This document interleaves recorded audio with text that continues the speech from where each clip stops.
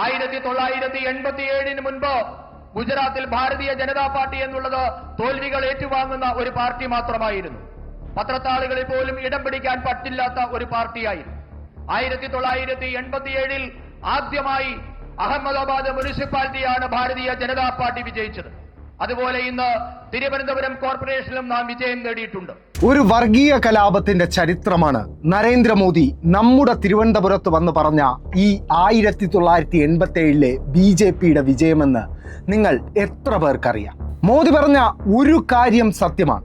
1987 municipal corporation തെരഞ്ഞെടുപ്പിന് മുൻപ് അഹമ്മദാബാദിൽ വിരലിലെണ്ണാവുന്ന സീറ്റുകൾ മാത്രമുള്ള ഒരു പാർട്ടിയായിരുന്നു BJP.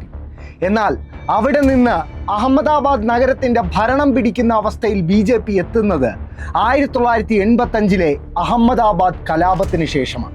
200-ലേറെ മനുഷ്യർക്ക് ജീവൻ നഷ്ടപ്പെട്ട ആ മാസങ്ങൾ നീണ്ട ഭീകര കലാപത്തിന്റെ ബാക്കി പത്രമായിരുന്നു BJPയുടെ തെരഞ്ഞെടുപ്പ് വിജയം.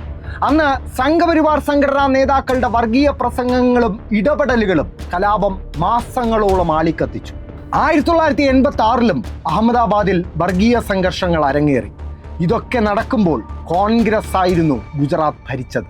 അന്ന് കോൺഗ്രസ് സർക്കാർ നിയന്ത്രിച്ചിരുന്ന പോലീസുകാർ ഗുജറാത്ത് സമാചാർ പോലെയുള്ള പത്രങ്ങളുടെ ഓഫീസ് തീയിടുന്ന സംഭവം പോലും ഗുജറാത്തിലുണ്ടായി.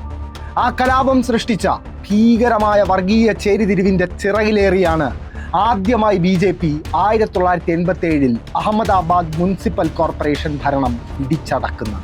തുടർന്ന് 2002 ലോകം തന്നെ ഞെട്ടിയ കൂട്ടക്കൊലകൾക്ക് മുമ്പ് ഓരോ തെരഞ്ഞെടുപ്പ് കാലത്തിനു മുൻപും ഗുജറാത്തിൽ ചെറുതും വലുതുമായ നിരവധി കലാപങ്ങളാണ് അരങ്ങേറിയത്.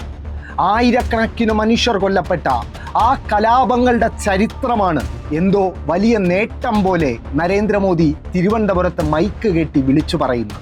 മലയാളികളെ മറക്കരുത്, ഒരു വർഗീയ ചേരിതിരിവുമില്ലാതെ ഒരുമിച്ച് നിന്നതുകൊണ്ടാണ് നമ്മൾ ഇന്ന് കാണുന്ന നമ്മളായത്.